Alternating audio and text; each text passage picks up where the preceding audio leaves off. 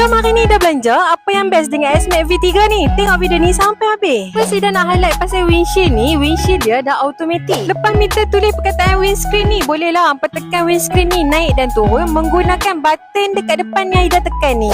Menggunakan sistem smart key. Meter dekat bahagian depan pun dah diberikan nafas yang baru untuk V3 ni. Untuk meter kali ni kita ada tachometer. Kalau hampa select tachometer ni, hampa rem motor, dia akan naik macam ni. Daylight dan lampu dekat bahagian depan ni ada nampak baca perkataan X, iaitu X-Max. Jom kita tengok apa yang baru dekat bahagian belakang pula. Bahagian belakang pun dah diberikan nafas yang baru juga daripada V2. V3 ni kita boleh tengok dia ada DRL, kemudian hazard dan juga lampu brake tu pakai full LED. Bahagian depan pun tak kurang hebatnya. Untuk V3 ni dah banyak benda yang dah berubah, nampak lebih bulky, lebih handsome, lebih cantik. Nak dapatkan S-Max ni, tekan je beg biru tu, dan kalau hampa nak tanya apa-apa, hampa tanya je kat ruang komen, dia akan balas satu persatu. Jangan lupa like, follow dan share. Until next review, bye bye. Assalamualaikum.